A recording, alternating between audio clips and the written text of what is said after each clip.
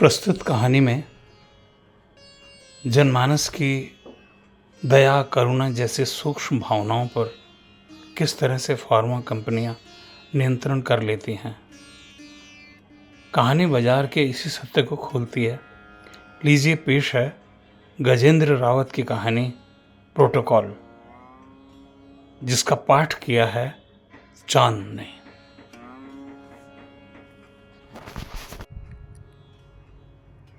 कितना मुश्किल है ये काम, कितनी मजबूरी में करना पड़ रहा है, ये वही जानता है। घरों घरों में सामान की डिलीवरी करना कोई आसान काम है। कितनी तरह के लोगों से पाला पड़ता है, हीरा सोचता है। हालांकि दिन भर बाइक चलाते चलाते, सीढ़ियाँ चढ़ते चढ़ते उसकी टांगें टूट जाती हैं, लेकिन इस छोटी सी जॉब तक पहुंचने के लिए भी उसे कितने रेगिस्तान पार करने पड़े, ये वही जानता है। अभी हीरा एक जगह से दूसरी जगह जाते समय बाइक चलाते चलाते याद करने लगता है।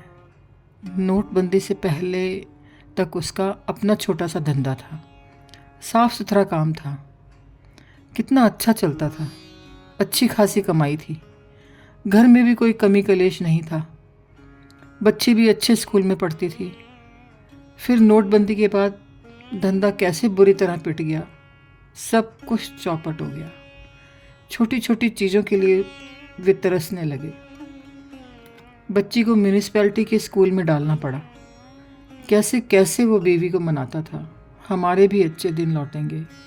हुआ भी, एक नौकरी लगी, जीवन की गाड़ी फिर पटरी पर आ गई। बीवी बच्चे खुश हो गए, दाल रोटी चल पड़ी। साल भर ये चला होगा। फिर उस दिन कोरोना जैसी बीमारी समाचार चैनल पर छा गई। आम आदमी बुरी तरह खौफ खा गया, मानो पूरा देश बीमार हो गया हो। कर्फ्यू की सरकारी घोषणा हो गई, सभी लोग घरों में कैद हो गए। उसके परिवार को परेशानियों ने चारों तरफ से घेर लिया, काम धंधे बंद हो गए। लेकिन सबसे बड़ी बात ये थी कि उसकी अदनी सी नौकरी जाती रही। कैसे कंगाली बर्बादी घर में रेंगने लगी। बहुत जल्दी ही बची कुची रकम भी भाप की तरह उड़ गई। माँ बाप, भाई बहन और दोस्तों की मदद से जैसे तैसे जिंदगी घिस घिस कर चलने लगी थी।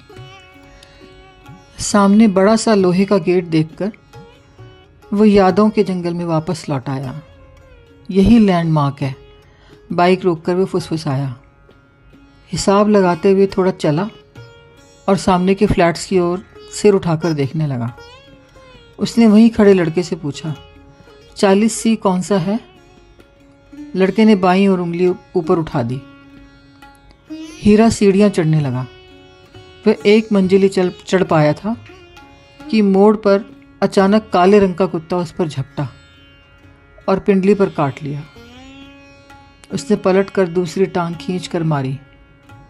2-3 गंदी गालियां बरबस ही उसके मुंह से निकल गईं। कुत्ता पलटवार से घबरा गया और नीचे की तरफ भाग गया। एक बार दिल में आया कि नीचे जाकर कुत्ते का सर फोड़ दूं, लेकिन नहीं जा पाया और दर्द हताशा से वहीं सीढ़ियों पर बैठ गया। उसने पैंट उठाकर देखा तो कुत्ते के दांत चमड़े पर खुदे हुए हैं।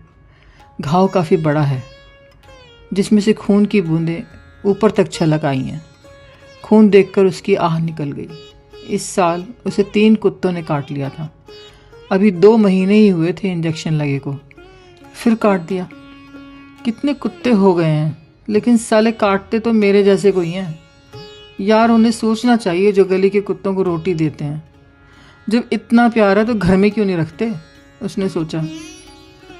वो फिर फुसफुसाया, अब भागते फिरो, लगाओ अस्पताल के चक्कर, काम का भी तो हर्जा होगा। वो अलग से वे बड़ा दुखी हो गया। अब कहाँ तो धोऊं इसको। डॉक्टर ने पिछली बार घाव धोने को कहा था। ऊपर जिसके घर डिलीवरी देनी है वहाँ पूछ लूँ। वो डिलीवरी दे आया, लेकिन पूछने की हिम्मत न कर पाया। अनजान जगह ये सब पूछा भी नहीं जा सकता था। अगले दिन समय निकालकर हीरा अस्पताल पहुंच गया। लंबी लाइन देखकर बड़ी निराशा हुई। वो सोचने लगा, इतने सारे लोगों को कुत्तों ने काटा है, आखिर इतने कुत्ते आ कहाँ से रहे हैं। वह लाइन में लगा रहा।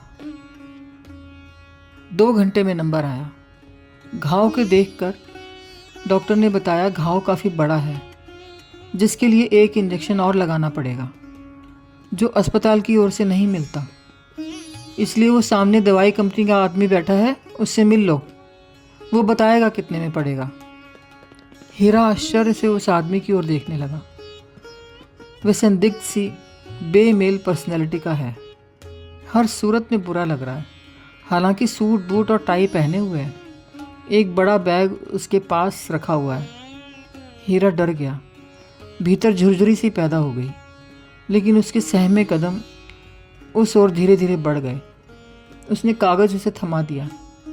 वह आदमी यंत्रवत पर्चा देखता रहा, फिर देर तक मन ही मन कुछ हिसाब लगाता हुआ बोला, यह इंजेक्शन छूट वगैरह सब घटाकर 32,000 का पड़ेगा। आजकल 10% तो कंपनी रिबेट दे रही है। इतना कहकर उसने एक बार हीरा की तरफ देखा और बड़े ही यांत्रिक ढंग से मुस्कुरा दिया। हीरा सन्न सा रह गया और भीतर ही भीतर टूटने लगा। उसकी आंखों में आंसू आ गए। कुछ देर वो अपने आप पर नियंत्रण करने की कोशिश करता रहा, लेकिन उस आदमी के पास रुका नहीं। पर्चा लेकर डॉक्टर के पास जाकर बोला, डॉक्टर साहब, मैं नहीं दे पाऊंगा इतने पैसे, मैं तो पहले ही वक्त का मारा हूँ।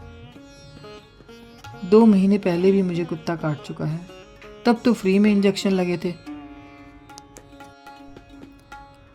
डॉक्टर ने उसे ऊपर से नीचे तक देखा और पूछा, तुम करते क्या हो?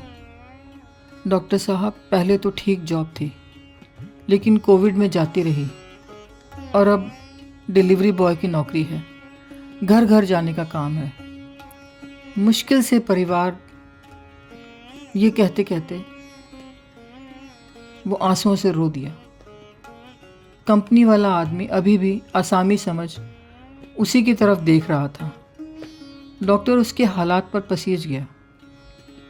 अपने आप पर काबू करते हुए धीरे धीरे हीरा के कान में सट कर बोलने लगा, ताकि कोने में बैठे कंपनी के आदमी तक आवाज़ ना जाए। जो इंजेक्शन यहाँ से लगते हैं वही लगवा लो और फिर 1 बजे मुझे मिलो, ठीक है? हीरा ने सहमति में सिर हिला दिया और कनखियों से कोने में बैठे कंपनी के आदमी की ओर देखा। फिर बिना कुछ बोले दूसरे कमरे में जाकर इंजेक्शन लगवा लिए।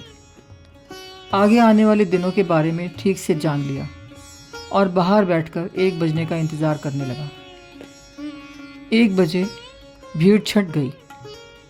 डॉक्टर अकेले कमरे में बैठा है। दवाई कंपनी का आदमी अपना बैग लेकर जा चुका है। हीरा भीतर जाकर बोला, जी डॉक्टर साहब। अरे, तुम अभी तक बैठे हो? मैं समझा जा चुके होगे। डॉक्टर कुछ देर रुक गया, फिर धीरे धीरे बोलने लगा, हीरा ही नाम बताया था ना? हाँ, हीरा। मैं ये कहना चाहता हूँ कि जिस इंजेक्शन के लिए तुम्हारे पास पैसे नहीं हैं, तो उसकी कोई बहुत ज़्यादा ज़रूरत भी नहीं है। उस समय वो कंपनी वाला एमआर बैठा था ना, इसलिए उसके जाने के बाद अब बुलाया है तुम्हें। हीरा आश्चर्य से डॉक्टर की तरफ देखने लगा। इस तरह के निर्देश होते हैं कि हमें वह इंजेक्शन लिखना ही पड़ता है। ये प्रोटोकॉल है, लेकिन इससे सिर्फ दवाई कंपनी का फ़ायदा है। ये अभी साल भर से लगने लगे हैं। इससे पहले तो ये इंजेक्शन लगते ही नहीं थे।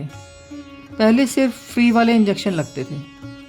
डॉक्टर ज़रा रुक कर उसके चेहरे को देखता हुआ फिर कहने लगा, ऐसे दिल छोटा मत करो। और हाँ, मैं ये जो कह रहा हूँ किसी को बताना नहीं है, मुझे बुराई मिलेगी, समझा? जी, मैं समझ गया। वो धीरे से मुस्कुराया और सहमति में सिर हिला दिया। उसके ऊपर से एक बड़ा बोझ उतर गया। हाँ, अब जाओ। अगली डेट पर सीधे इंजेक्शन रूम में पहुंच जाना और यहाँ नहीं आना। जी। और वह कमरे से बाहर आ गया। बाहर तो वह आ गया, लेकिन अभी भी उसके भीतर डॉक्टर की कही बात घूम रही है। इस इंजेक्शन की कोई ज़रूरत नहीं है, यह सिर्फ कंपनी का फ़ायदा, अगली डेट पर सीधे इंजेक्शन रूप में पहुंचना है, यहाँ नहीं आना। वो सड़क पर पहुंच गया। हमारे खून पसीने की कमाई 32,000 कंपनी के लिए। वह सोचता जा रहा है, इतने तो मैं 2 महीने में भी नहीं कमा पाता। डॉक्टर साहब भले आदमी हैं, सही समझा दिया उन्होंने मुझे। वह डॉक्टर का कृतज्ञ हो गया और अब वह कुत्ते के काटने का दर्द भूल चुका है। लेकिन कुत्तों की गिनती क्यों बढ़ रही है, ये सवाल उसके भीतर घूमने लगा है। आवारा कुत्तों को खाना खिलाने वाले बहुत सारे डॉग लवर्स पैदा होना, अस्पताल में कुत्तों द्वारा काटे मरीजों की लंबी लाइन और डॉक्टर के कमरे में बैठा दवाई कंपनी के आदमी के बीच उसे स्पष्ट संबंध दिखाई देने लगे।